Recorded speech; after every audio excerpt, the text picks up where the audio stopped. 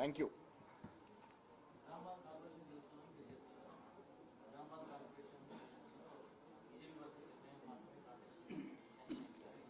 అదే మరి అరవింద్కి ఇంకేముంటుంది, ఎంఐఎం జపం చేయండి. నాకు తెలిసి అరవింద్ ఇంటూ దేవుడి ఫోటో బదులు ఓవైసీ ఫోటో ఉంటుందేమో. రోజు ఓవైసీని జపం చేస్తేనే ఓటు రాలుతాయని బ్రహ్మపాపం వాళ్ళకి. ఓవైసీ అని జపం చేస్తే ఇక్కడ హిందువులే ఏకగ్రత ఓట్లేస్తారు అనుకుంటారు. అదీస్ పార్టీ గెలిచిన సందర్భాలు ఉన్నాయి, ఇక్కడ గెలుస్తుంది. మెజారిటీ వార్డులు హిందూ వార్డ్స్ ఉన్నాయి. ఈ మెజారిటీ వార్డులో కాంగ్రెస్ పార్టీ గెలుస్తుంది. పోయినసారి మీరు బమ్మిని తిమ్మి చేసి బైన్సా లాంటి ప్రాంతాల్లో అల్లలు సృష్టించి ఒకరికొకరు లబ్ధి చేసుకున్న పరిస్థితి చేసుకున్నాం. మాకు మజ్లిస్ అయినా బీజేపీ అయినా రెండు కూడా సమాన దూరంలో ఉంటాయి. మజ్లిస్ ని కూడా మతతత్వ పార్టీగానే చూస్తాము, బీజేపీని కూడా మతతత్వ పార్టీగానే చూస్తాము. ఈ రెండు మతతత్వ పార్టీలు దూరంగా ఉంటాం. మేము మాకు సత్తా ఉంది, అభివృద్ధి చేస్తా ఉన్నాం, అధికారంలో ఉన్నాం, అభివృద్ధి చేస్తాం. నిజామాబాద్ పట్టణాన్ని అన్ని కోణాల్లో అభివృద్ధి చేయడానికే మేము ముందు నిలబడి ఉన్నాం. డెఫినెట్ గా ఈ సీటు కైవసం చేసుకుంటాం. ఇంకేమైనా ప్రశ్నలు ఉన్నాయా బజ్జుబాబు?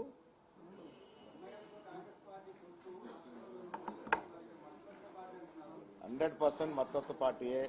పొత్తు తీసుకోవడం వేరు, రాజకీయ అవసరాలకు రాష్ట్ర అవసరాలకు ఉన్నాం. నిజామాబాద్ విషయానికి వచ్చినప్పుడు రెండు పార్టీలు కూడా మేము సమాన దూరంలో పెడతాం. మహారాష్ట్రలో మా మీద పోటీ చేసింది బీజేపీకి లబ్ధి కూర్చుంది, దాంట్లో ఏముంటుంది? అవన్నీ కాదు. ఇక్కడున్నటువంటి లోకల్ స్థానికులను పరిస్థితుల దృష్ట్యా మాకు రెండు పార్టీలు కూడా సమాన దూరమే. మా సత్తా మీద నిలబడతాం. మేము చేసిన పనులు చెప్పి ఓట్లు అడుగుతాము, చేయాల్సిన పనుల గురించి వివరించి ఓట్లు అడుగుతాము. పనిచేసే పార్టీ మాది, పని చేసి ఓట్లు అడుగుతాం.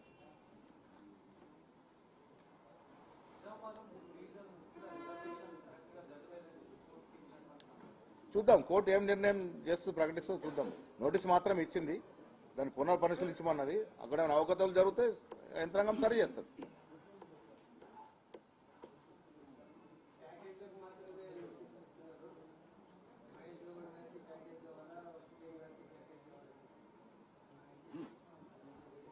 ప్యాకేజీల చరిత్ర మాట్లాడే అరవింద్ గారు తన పుట్టు పూర్వోత్తరాలు ఎక్కడో, తన జన్మస్థానం ఏ పార్టీదో, తను వాళ్ళు వేసుకున్న బట్టలు ఏ పార్టీలు ఉన్నప్పుడు వాళ్ళ నాన్నగారు సంపాదించారో అవన్నీ కూడా లెక్కలేసుకోవాలి. మా తమ్ముడు అరవింద్ గారికి నేను సూటిగా అడుగుతా ఉన్నా, ఒక్కసారి ఆత్మ పరిశీలన చేసుకోండి. డి శ్రీనివాస్ గారి జీవితం, రాజకీయ జీవితం ప్రారంభమైనప్పుడు స్వచ్ఛ స్వర్గస్లేన మా అందరికి అన్నలాంటి వారు, వారి ఆర్థిక స్థితిగతులు ఏమిటి, మీరు పిల్లలు ఎట్ట పెద్దవాళ్ళు అవుతామంటే అట్లా ఎదిగారు వారు. డి శ్రీనివాస్ గారు టీఆర్ఎస్ పార్టీలో ఉన్నప్పటికీ సర్వం నేను కాంగ్రెస్ లోనే అభివృద్ధి చెందాను, నా రాజకీయం నా వ్యక్తిగతం అంతా కూడా సర్వం కాంగ్రెస్ పార్టీ వల్లే జరిగింది, అందుకే నేను మళ్ళీ కాంగ్రెస్ పార్టీకి వస్తానని దరఖాస్తు చేసుకున్నటువంటి సంఘటన అరవింద్ గారు మర్చిపోవద్దు.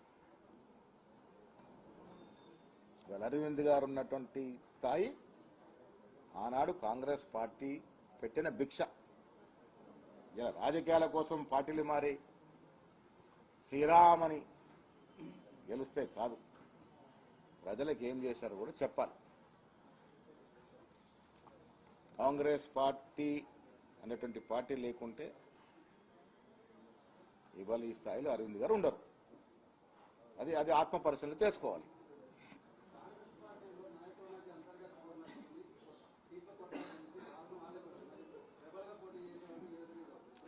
సీట్ల పోటీ కాంగ్రెస్ పార్టీలో ఎందుకు అధికంగా ఉంది? నేను 2 రోజుల నుంచి నిజామాబాద్ ఉన్నాను. గెస్ట్ హౌస్ లో మా ఇంటి దగ్గర తాకిడి చూడండి. ఎందుకు ఉంటుంది ఒక పార్టీలో తీవ్రమైన పోటీ? ఎందుకు ఉంటుంది? ఆ పార్టీ గెలుస్తుంది అనుకున్నప్పుడు తీవ్రమైన పోటీ ఉంటుంది. ఇలా మాకు ఒక్కొక్క వార్డులో కనీసం 10 అప్లికేషన్లు రాని వార్డు లేదు. టోటల్ 700 చిల్లర అప్లికేషన్లు వచ్చాయి 60 వార్డులకి. అంటే ఎంత వచ్చింది? యావరేజ్ గా 12-13 అప్లికేషన్లు వచ్చాయి యావరేజ్ గా. మీ పార్టీలో ఎన్ని వచ్చాయి? లెక్క ఉందా నిదేనా? ఎందుకు వస్తాయి ఇన్ని అప్లికేషన్లు? ఎందుకు వస్తాయి? ఏ వ్యక్తి అయినా, ఒక పార్టీ వాడైనా బయట వాడైనా అప్లై ఎందుకు చేసుకుంటాడు?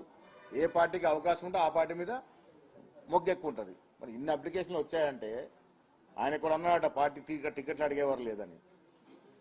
అప్లికేషన్ చిట్టా పంపిస్తాం అరవింద్ గారికి. మాకు అప్లికేషన్లో వాళ్ళకి కూడా లాక్కునే పరిస్థితి ఉంటుంది. అది సంఖ్య మాత్రం పంపిస్తాం. ఎంతమంది అప్లై చేశారో అర్థమవుతుంది.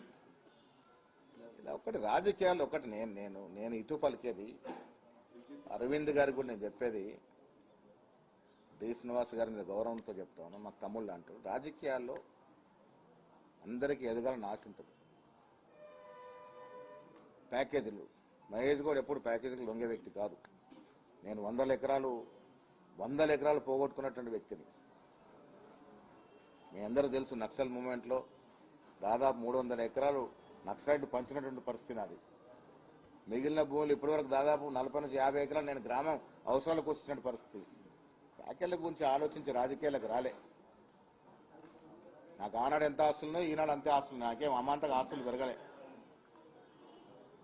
దాంట్లో కూడా చర్చించుకుందాం, ఎవరు ఆస్తులు ఎట్లా పెరిగినాయో, ఏ రకంగా పెరిగినా కూడా చర్చకు సిద్ధం. నేను రాజకీయాల్లో విమర్శ చేసే ముందు కూడా వాస్తవాలు ఆలోచించుకొని చేయాలి.